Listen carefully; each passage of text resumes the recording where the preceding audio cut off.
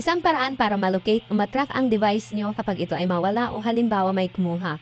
Kaya dapat naka-turn on dito sa inyong mga settings.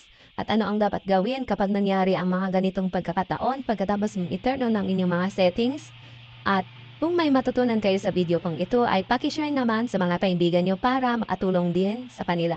Kasi ang ganitong mga pagkakataon ay hindi natin kinaasahan.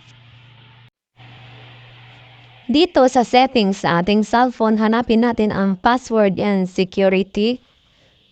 Tap system, security. Then, find my device. Tap natin yan.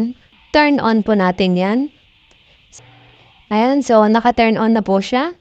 At kapag nangyari nga yung halimbawa na nawala o may kumuha sa ating cellphone, ang kailangan nyo lang gawin ay i-download nyo ang Find My Device app. Sa pamamagitan ng app na ito ay matutulungan kayong hanapin ang nawawala nyong device.